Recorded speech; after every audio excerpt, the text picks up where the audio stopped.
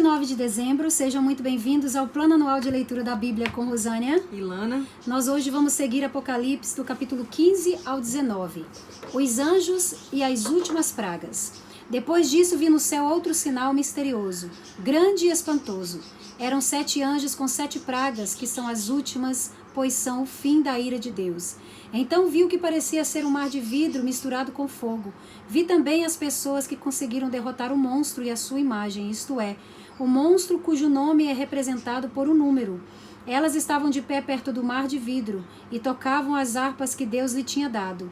Cantavam a canção de Moisés, servo de Deus, e a canção do Cordeiro. Cantavam assim: Ó Senhor Deus Todo-Poderoso, como são grandes e maravilhosas as tuas obras, Rei das nações, como são justos e verdadeiros os teus planos.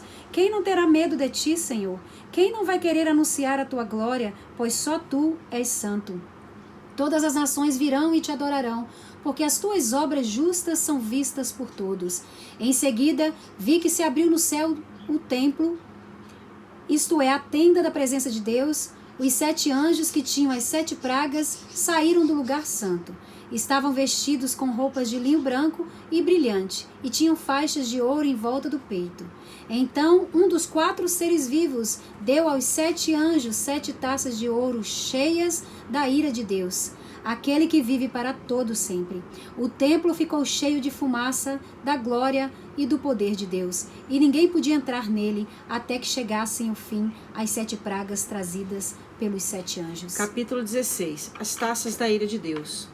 Depois ouvi uma voz forte falando de dentro do templo, dizendo aos 7 anjos: Vão e derramem sobre a terra as 7 taças da ira de Deus. O primeiro anjo foi e derramou as suas taças sobre a terra. Feridas abertas, terríveis e dolorosas apareceram naqueles que tinham o sinal do monstro e que haviam adorado a sua imagem. Aí o segundo anjo derramou a sua taça sobre o mar. A água ficou como o sangue de uma pessoa morta e morreram todos os seres vivos do mar. Então o terceiro anjo derramou a sua taça sobre os rios e nas fontes de água, e eles viraram sangue. Eu ouvi o anjo que tinha autoridade sobre as águas dizer: Tu és justo nos teus julgamentos, ó Deus Santo, que és e que eras. Os maus derramaram o sangue do povo de Deus e dos profetas, e por isso tu lhes deste sangue para beber. Eles estão recebendo o que merecem. Aí ouvi uma voz que vinha do altar. A voz dizia: Ó Senhor Deus Todo-Poderoso, os teus julgamentos são de fato verdadeiros e justos. Depois o quarto anjo derramou a sua taça sobre o sol, e ele recebeu licença para queimar as pessoas com fogo. Elas sofreram queimaduras dolorosas causadas por esse fogo e amaldiçoaram o nome de Deus, que tem autoridade sobre essas pragas. Mas não se arrependeram dos seus pecados, nem louvaram a glória de Deus. Então, o quinto anjo derramou a sua taça sobre o trono do monstro, cujo reino ficou na escuridão, e as pessoas mordiam a língua de dor, e por causa das suas dores e feridas amaldiçoavam o Deus do céu, porém não abandonaram as coisas más que faziam. Em seguida, o sexto anjo derramou a sua taça no grande rio Eufrates. O rio se secou, a fim de se abrir um caminho para os reis que vêm do Oriente. Então vi 3 espíritos imundos que pareciam rãs, que saíam da boca do dragão, da boca do monstro e da boca do falso profeta. Eles são os espíritos maus que fazem milagres. Esses 3 espíritos vão aos reis do mundo inteiro, a fim de os ajuntar para a batalha do grande dia de Deus, o Todo-Poderoso. Escutem, eu venho como um ladrão. Feliz aquele que vigia e toma conta da sua roupa, a fim de não andar nu e não ficar envergonhado em público. Depois os espíritos ajuntaram os reis no lugar que em hebraico é chamado de Amargedon. E por último, o 7º anjo derramou a sua taça no ar. Então uma voz forte veio do trono no templo, dizendo: Está feito. Houve relâmpagos, estrondos, trovões e um violento terremoto, tão violento como nunca houve igual desde a criação dos seres humanos. Foi o pior de todos. A grande cidade se quebrou em 3 partes, e as cidades de todos os países foram destruídas. Deus lembrou da grande Babilônia e lhe deu o vinho da sua taça, o vinho do furor da sua ira. Todas as ilhas desapareceram e todos os montes sumiram. Chuvas de pedra caíram do céu sobre as pessoas. Eram grandes pedras que pesavam mais de 30 quilos. E as pessoas amaldiçoaram a Deus por causa da praga de chuvas de pedra, pois ela era terrível. A famosa prostituta e o monstro. Então um dos 7 anjos que tinham as 7 taças veio me dizer: Venha, e eu vou lhe mostrar como será castigada a famosa prostituta, aquela grande cidade que está construída perto de muitos rios. Os reis do mundo inteiro cometeram imoralidade sexual com ela, e os povos do mundo ficaram bêbados com o vinho da sua imoralidade. Então o Espírito de Deus me dominou, e o anjo me levou para um deserto onde vi uma mulher montada num monstro vermelho. Havia muitas blasfêmias escritas nele, e ele tinha 7 cabeças e 10 chifres. A mulher usava um vestido cor de púrpura e vermelho vivo, e estava coberta de enfeites de ouro, de pedras preciosas e pérolas. Na mão, ela segurava uma taça de ouro cheia de vinho, que representava as suas práticas indecentes e a imundícia da sua imoralidade. Na sua testa estava escrito um nome que tem um significado secreto: a Grande Babilônia, mãe de todas as prostitutas e de todas as pessoas imorais do mundo. Então vi que a mulher estava embriagada com o sangue do povo de Deus e das pessoas que haviam sido mortas porque tinham sido fiéis a Jesus. Quando a vi, fiquei muito espantado, e o anjo me perguntou: por que é que você está assim tão espantado? Vou lhe contar o significado secreto da mulher e do monstro que a carrega, a qual tem 7 cabeças e 10 chifres. O monstro que você viu estava vivo, mas agora não vive mais. Ele está para subir do abismo e dali sairá e será destruído. Os moradores da terra que desde a criação do mundo não têm os seus nomes escritos no livro da vida ficarão espantados quando olharem para o monstro. Ele estava vivo, agora não vive mais, porém tornará a aparecer. Isso exige sabedoria e entendimento. As 7 cabeças são 7 montes onde a mulher está sentada. Elas também são 7 reis. 5 já morreram. Um está governando e o outro ainda não apareceu. E quando aparecer, precisará governar por pouco tempo. E o monstro que já esteve vivo, mas que agora não vive mais, é o 8º rei, que faz parte dos primeiros 7 e que vai ser destruído. Os 10 chifres que você viu são 10 reis, que ainda não começaram a governar, mas vão receber autoridade para reinar com o monstro durante 1 hora.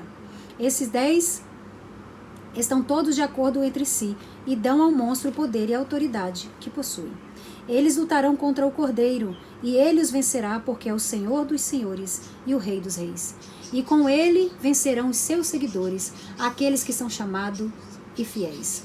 Então o anjo também me disse: as águas que você viu, onde a prostituta está sentada, são nações, povos, raças e línguas. Os 10 chifres que você viu e o monstro odiarão a prostituta. Eles tirarão tudo o que ela tem e a deixarão nua. Devorarão a sua carne e queimarão o resto no fogo. Os 10 reis farão isso porque Deus colocou no coração deles o desejo de fazerem o que ele quer. Assim, entre si, concordarão em entregar o monstro à autoridade que eles têm para governar. E isso acontecerá até que se cumpra as palavras de Deus. A mulher que você viu é a grande cidade que domina os reis do mundo inteiro. Capítulo 18. A queda da Babilônia. Depois disso, vi outro anjo descendo do céu. Ele tinha um grande poder e o seu brilho iluminava toda a terra. E gritava com voz forte: caiu, caiu a grande Babilônia. Agora quem vive ali são os demônios e todos os espíritos imundos. Todos os tipos de aves e feras imundas e nojentas vivem nela. Pois todas as nações beberam do seu vinho, o vinho forte do seu desejo imoral. Os reis do mundo inteiro cometeram imoralidade sexual com ela, e os homens de negócio deste mundo se enriqueceram à custa das práticas sexuais sujas da prostituta. Então ouvi outra voz do céu que disse: saia dessa cidade, meu povo, saiam todos dela, para não tomarem parte nos seus pecados e para não participarem dos seus castigos, pois os seus pecados estão amontoados até o céu, e Deus lembra das suas maldades.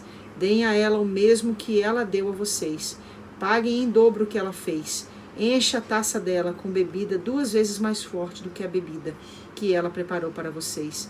Deem a ela tanto sofrimento e tristeza quanto luxo e glória. Ela deu a si mesma, porque ela pensa assim: estou sentada aqui como rainha. Não sou viúva e nunca mais vou sofrer. Por isso, no mesmo dia cairão sobre ela estas pragas, doenças, dor e fome, e ela será queimada no fogo, pois o Senhor Deus, que a julga, é poderoso. Os reis do mundo inteiro que tomaram parte na imoralidade e na corrupção dela vão gritar e chorar quando virem a fumaça do seu incêndio.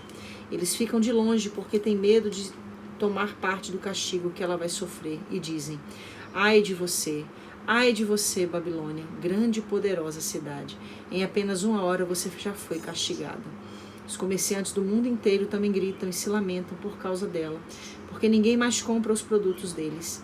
Ninguém compra o seu ouro, prata, pedras preciosas e pérolas, nem o seu linho finíssimo, a sua púrpura, a sua seda e a sua lã vermelha, nem qualquer espécie de madeira rara ou qualquer tipo de objetos feitos de marfim e de madeira cara de bronze, ferro e mármore, nem canela, cardomo, incenso, mirra ou perfumes. Ninguém compra o seu vinho, azeite, farinha de trigo e trigo em grão, nem gado e ovelhas, cavalos e carruagens, nem escravos ou outros seres humanos. Os comerciantes dizem à cidade: acabaram todas aquelas coisas boas que você tanto desejava, e você perdeu para sempre toda a riqueza e toda a fama que possuía, e não as encontrará mais.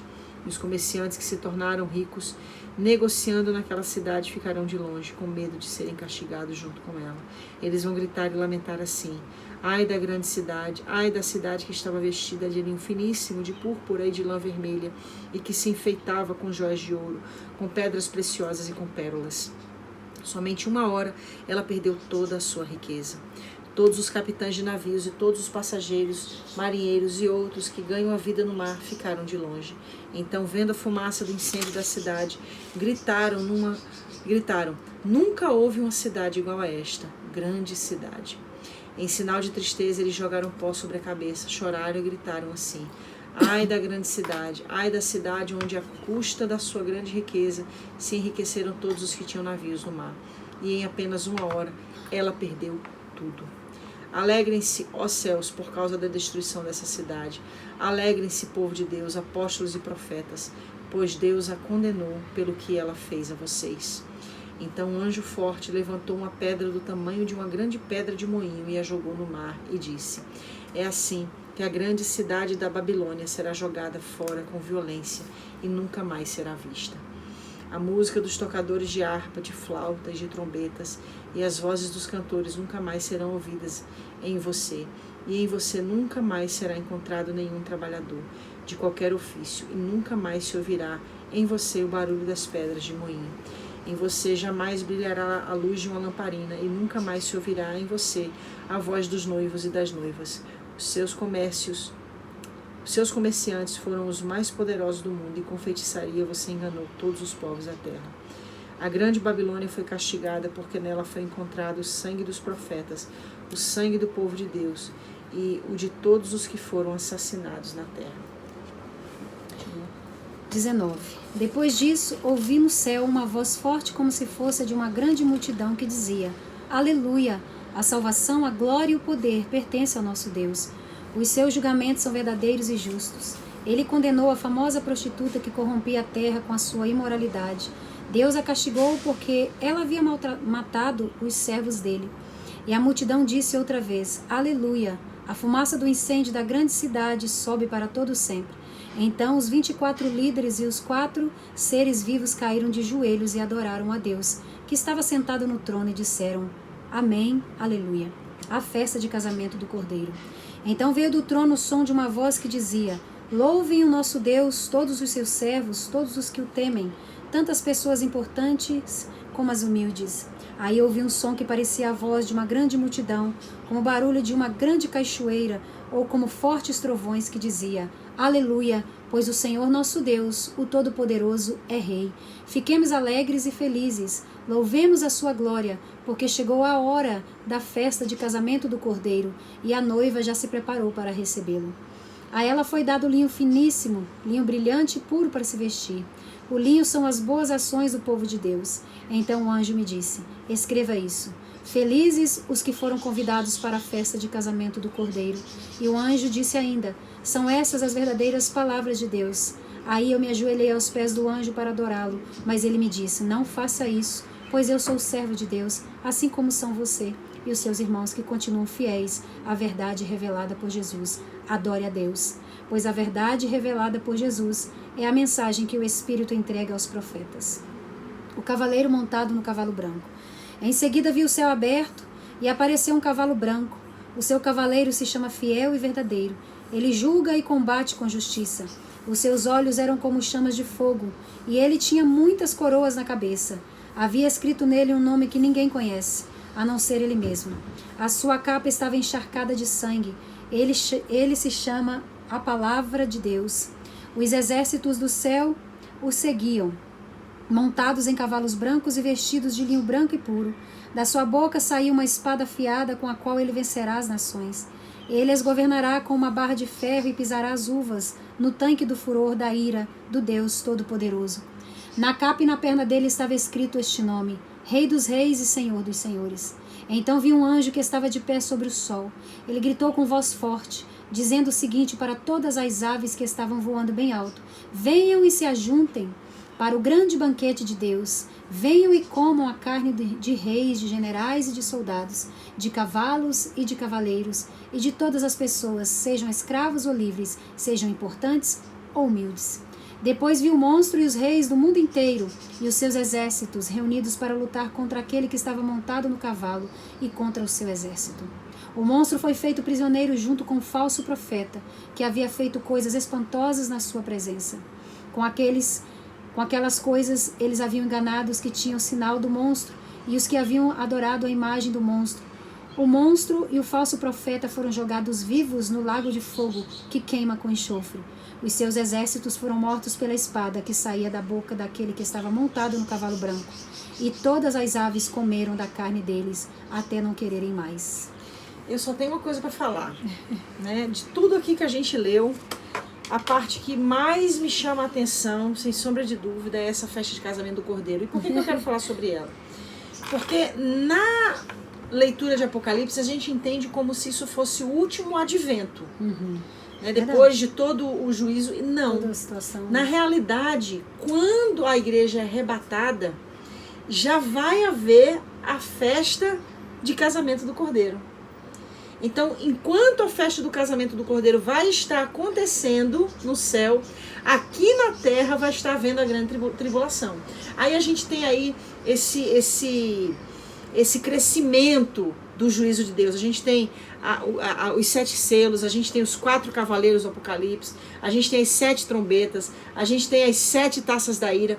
Então isso vai estar acontecendo durante esse período da grande tribulação.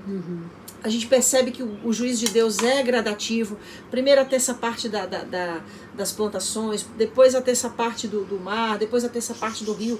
Aí quando o juízo chega no seu ápice, então já é toda a plantação, já é todos os animais do mar, né? Todos os seres vivos ali do mar que vão ser mortos. Então esse juízo se torna gradativo. Mas enquanto isso vai estar acontecendo na terra, aí o que me chama muita atenção aqui é no capítulo 17, versículo 14. Eles lutarão contra o Cordeiro e ele os vencerá, porque é o Senhor dos senhores e o Rei dos reis, e com ele vencerão os seus seguidores, aqueles que são chamados e fiéis. Aqui já fala de uma outra ocasião, que é, na realidade, quando virá essa chamada Batalha do Armagedon, que eu não vou entrar em detalhes aqui, porque eu quero realmente firmar, para mim, esse momento que é a festa de casamento do Cordeiro, que é o momento mais esperado, pelo menos por nós, né, como cristãos, como servos de Deus, que é esse momento em que a noiva vai ser entregue ao noivo. E aquela famosa plaquinha, né? Aí vem a noiva. Então o noivo, junto com todas as hostes celestiais, estará naquele momento recebendo a sua noiva. Depois do casamento da noiva com o noivo, aí virá o tribunal de Cristo. O tribunal de Cristo é o que acontece com os cristãos. Muitas vezes a gente... Há uma divergência de pensamentos, meio confuso, né? Esse negócio de que quem vai primeiro...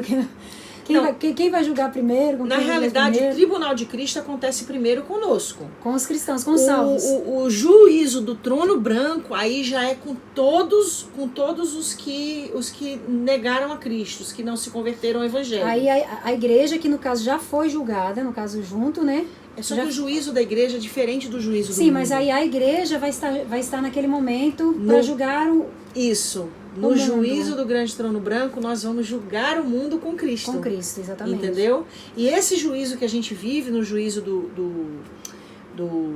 dos cristãos, que é no caso o tribunal de Cristo, é o juízo para receber o galardão. Que ele diz, o meu galardão está comigo. Ou seja, o salário, o pagamento que ele tem para nos dar está com ele. Então esse tribunal não vai ser para dizer se a gente vai ser salvo, não. A gente já foi salvo. vai ser para receber o galardão. A coroa da vida já nos foi dada. Então é o galardão que vai ser o reflexo das nossas obras aqui Esse na terra. fator da coroa da vida, a gente já pensa já numa coroona, né? Na cabeça, a coroa bem pesada. Com um monte de pedra.